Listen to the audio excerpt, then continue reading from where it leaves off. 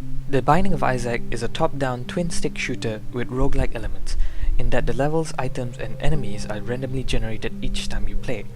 It is an independent video game designed primarily by Edmund Macmillan, an American video game designer, known especially for his hit Super Meat Boy. Before we dive into the game, we should take a look at Macmillan's history. Growing up in California with his grandmother, he was very fond of drawing monsters. As a child, Macmillan grew up in a family of alcoholics and drug addicts turned Bible-thumping, born-again Christians. Macmillan said that he grew up with very little biblical talk around him, but there was a lot of stereotypical Christianity with most of the negative aspects of the religion. He was chastised for simply playing games and was told repeatedly that he was destined for hell by a group of family members who had lived very, very sinful lives before becoming Christians. Young Macmillan saw the irony in that and wanted a way out, which involved drawing lots of gruesome monsters and entering a different world of his own. A lot of Macmillan's work is influenced by his past.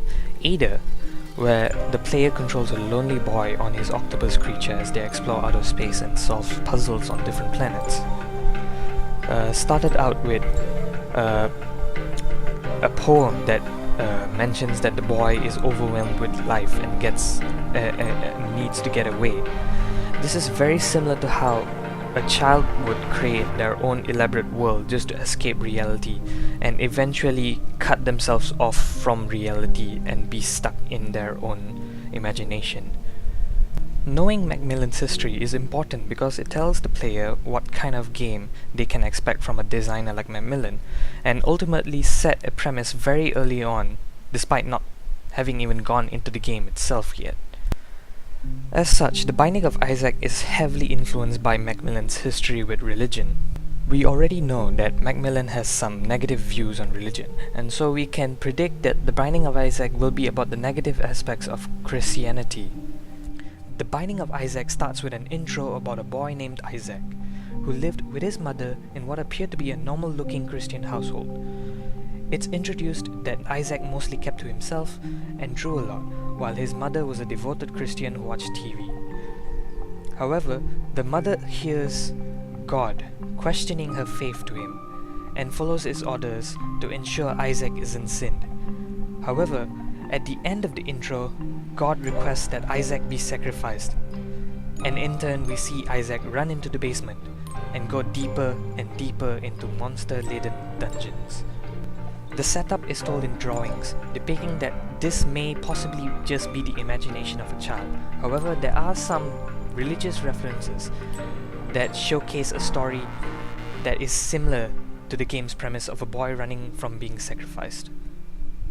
The Binding of Isaac is in fact a story in the Hebrew Bible in which God asks Abraham, a descendant of Noah, to bind his own son Isaac on Mount Moriah and sacrifice him as a test of faith. After Isaac is bound to an altar, God stops Abraham at the last moment, saying, "Now I know you fear God," and points to a ram to sacrifice that instead. In the Bible, it was a father figure that was commanded by God to sacrifice Isaac. However, in the game, Isaac's mother was tasked to sacrifice him. Also, rather than being told by God to stop, according to Isaac's drawings, God sends a Bible to knock out Isaac's mother.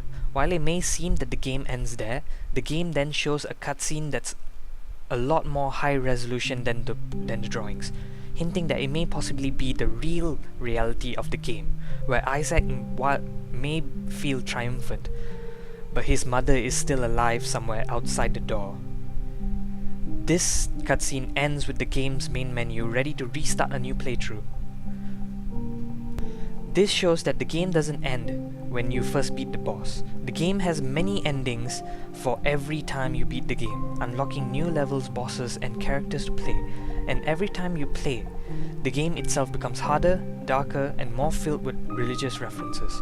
For example, the characters you unlock mostly involve sin in some way. For example, Judas, who betrayed Jesus, Eve, who was the first woman and also the first sinner, Cain, the son of Adam and Eve, who became the first murderer, and Magdalene, who was known as the reformed prostitute. Each character is somehow connected to sin, and they are all playable, just like Isaac is. In one of the endings, Isaac flashes through all of the characters, hinting that he is one and the same as all of the other characters. Isaac may even believe that he is a sinner of the same level as the other sinners in the game. The game may entirely be inside the head of Isaac, hinted by how the game's narrative is told by his drawings.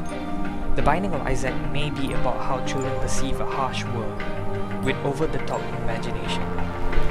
With all this, players can expect playing through The Binding of Isaac to be dark, gruesome, and thought-provoking about the views of religion in the eyes of children of bad pasts. Even without much knowledge on Christianity, one can already tell that their journey with Isaac will go down into dark, dark depths of hellish nightmares.